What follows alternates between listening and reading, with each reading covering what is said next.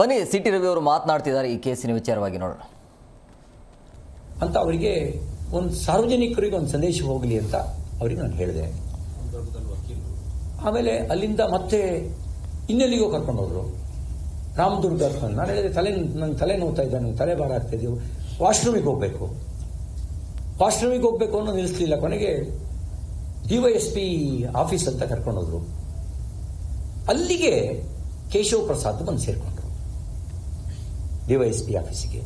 ಅವ್ರ ಹಿಂದ್ಗಡೆ ಎಲ್ಲೋ ಬೆನ್ನು ಹತ್ತಿ ಬಂದಿದ್ದಾರೆ. ಕೇಶವ್ ಪ್ರಸಾದ್ ಬಂದು ಸೇರ್ಕೊಂಡ್ರು.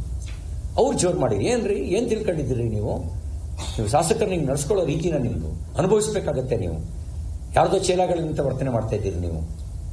ವಾಶ್ರೂಮು ಎಷ್ಟು ಕೆಟ್ಟದಾಗಿತ್ತು ಅಂತ ನಾನು ಹೇಳೋಕ್ಕಾಗಲ್ಲ, ಆದರೆ ನನಗೆ ಅನಿವಾರ್ಯತೆ ಇತ್ತು, ಅದನ್ನ ಉಪಯೋಗಿಸ್ದೆ. ಅಲ್ಲಿ ಕನ್ನಡಿಯಲ್ಲಿ ನೋಡಿದಾಗ ನನಗೆ ಗೊತ್ತಾಗಿದ್ದು ರಕ್ತ ಹಿಡಿದು ಮುಖದಲ್ಲಿ ಗಡ್ಡ ಮೀಸೆಲೆಲ್ಲ ಅಂಟ್ಕೊಂಡ್ಬಿಟ್ಟಿತ್ತು ತಲೆಯಲ್ಲಿ. ನಾನು ಅದನ್ನು ಗಮನಿಸಿರಲಿಲ್ಲ, ನನಗದು ಉದ್ವೇಗದಲ್ಲಿ ಗೊತ್ತೂ ಆಗಿರಲಿಲ್ಲ ನನಗೆ. ಆಗ ಅವರು ನೋಡಿದ್ರು, ಪೊಲೀಸು ಅಲ್ಲಿರುವಂಥ ಲೋಕಲ್ಲು ನರ್ಸು ಇವ್ರನ್ನ ಕರೆಸಿ ಫಸ್ಟ್ ಏಡ್ ಮಾಡಿಸಿದ್ರು. ಅಲ್ಲಿಗೆ ಮತ್ತೆ ಮಾಧ್ಯಮದವ್ರು ಬಂದರು. ಮಾಧ್ಯಮದವ್ರು ಬಂದಾಗ ನಾನು ಇವರು ಹಿಂಗೆ ಕರ್ಕೊಂಡು ಹೋಗ್ತಾ ಇದ್ದಾರೆ, ಅನುಮಾನಾಸ್ಪದವಾಗಿದೆ ಅಂತೇಳಿ ಹೇಳಿ ಎಕ್ಸ್ಪ್ಲೈನ್ ಮಾಡಿದೆ. ಅಲ್ಲಿಂದ ಶುರುವಾಯಿತು ನೋಡಿ.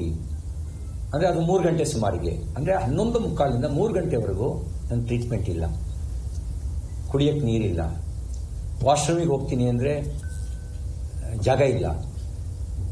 ಯಾವುದೋ ಹಳ್ಳಿ ರಸ್ತೆಯಲ್ಲಿ ಗಲ್ಲಿಲೇ ತಗೊಂಡೋಗೋದು, ಕಾಡಿನ ರಸ್ತೆಯಲ್ಲಿ ತಗೊಂಡೋಗೋದು, ಗದ್ದೆ ನಡುವೆ ತಗೊಂಡೋಗೋದು. ಅಲ್ಲಿಂದ ಮತ್ತೆ ಬ್ಯಾರಿಕೇಡ್ ಹಾಕಿ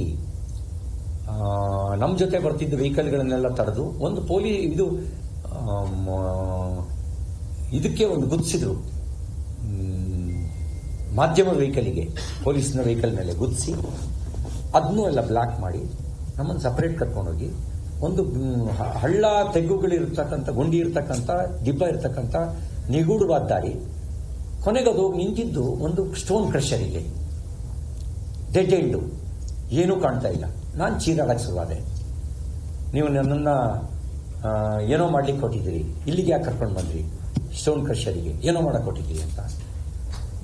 ಸುದೈವ ವಸಾತ್ ಅಲ್ಲಿಗೂ ಪೊಲೀಸ್ ಇದು ಮಾಧ್ಯಮದವರು ಬಂದರು, ಬೈಕ್ನಲ್ಲಿ ಬಂದರು, ಅಲ್ಲಿಗೆ ಕಾರ್ನಲ್ಲಿ ಬಂದರು, ಬೈಕ್ ಹಿಂದ್ಗಡೆ ಇನ್ನೊಂದು ಕಾರ್ನಲ್ಲಿ ಬಂದರು. ಆವಾಗ ನಾನು ಮತ್ತೆ ಚೀರಾಡಿದೆ, ನಾನೇನೋ ಮಾಡ್ತಾರೆ ಇವರು, ಇಲ್ಲಿಗೆಲ್ಲ ಕರ್ಕೊಂಡ್ಬಂದಿದ್ದಾರೆ. ಆಮೇಲೆ ಮತ್ತೆ ಇವ್ರು ಇಳಿದು ಓಡೋದ್ರು, ಮತ್ತೆ ಮಾತಾಡ್ಲಿಕ್ಕೆ ಶುರು ಮಾಡಿದ್ರು. ಕೇಶವ್ ಪ್ರಸಾದ್ ತರಾಟೆಗೆ ತಗೊಂಡ್ರು, ನಾನು ರವಿ ಜೊತೆಲೇ ಹತ್ತೀನಿ, ನೀವೇನೋ ಇದು ಮಾಡಕ್ಕೆ ಕೊಟ್ಟಿದ್ದೀರಿ, ನೀವು ಯಾಕ್ರಿ ಇದು ಮಾಡ್ತೀರಿ ಅಂತ ತರಾಟೆಗೆ ಕೂತ್ಕೊಂಡು ಫೋರ್ಸಿಬಲಿ ಬಂದು ನನ್ನ ಗಾಡಿನಲ್ಲಿ ಬಂದು ಕೂತ್ಕೊಂಡ್ರು. ಪ್ರತಿ 10 ನಿಮಿಷ 15 ನಿಮಿಷಕ್ಕೂ ಟೆಲಿಫೋನ್ ಕರೆ ಬರ್ತಿತ್ತು. ಆಮೇಲೆ ಅವನು ರೈಟ್ ಅನ್ನೋನು, ರೈಟ್ ತಿರುಗಿಸೋನವನು, ಲೆಫ್ಟ್ ತಿರುಗಿಸೋನವನು, ಯೂಟರ್ನ್ ಅನ್ನೋನು, ಈ ಥರ ನಡೀತಿತ್ತು. ಎಲ್ಲಿ ಕರ್ಕೊಂಡು ಹೋಗ್ತಾರೆ, ಎಲ್ಲಿ ಬಿಡ್ತಾರೆ ಏನೂ ಗೊತ್ತಿರಲಿಲ್ಲ. ಕೆಲವೊಮ್ಮೆ ನನ್ನ ಮಂಪರು ಮತ್ತೆ ಜಿ ಕನ್ನಡ ನ್ಯೂಸ್ ಈಗ ನಿಮ್ಮ ಮನೆಯಲ್ಲೇ ನೋಡಿ, ಎಲ್ಲ ಕೇಬಲ್ಗಳಲ್ಲಿ ಈಗ ಲಭ್ಯ.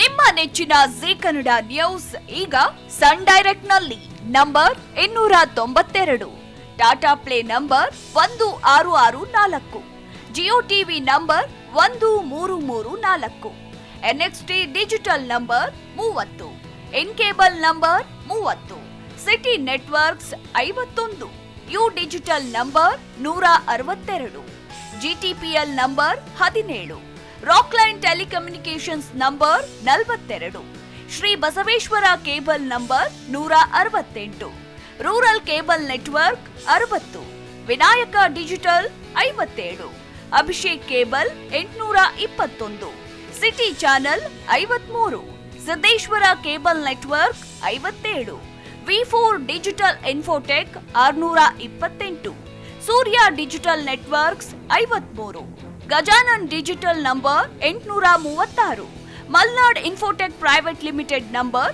56, Metrocast number 830, Victory digital number 167ರಲ್ಲಿ ನೋಡಿ ಆನಂದಿಸಿ.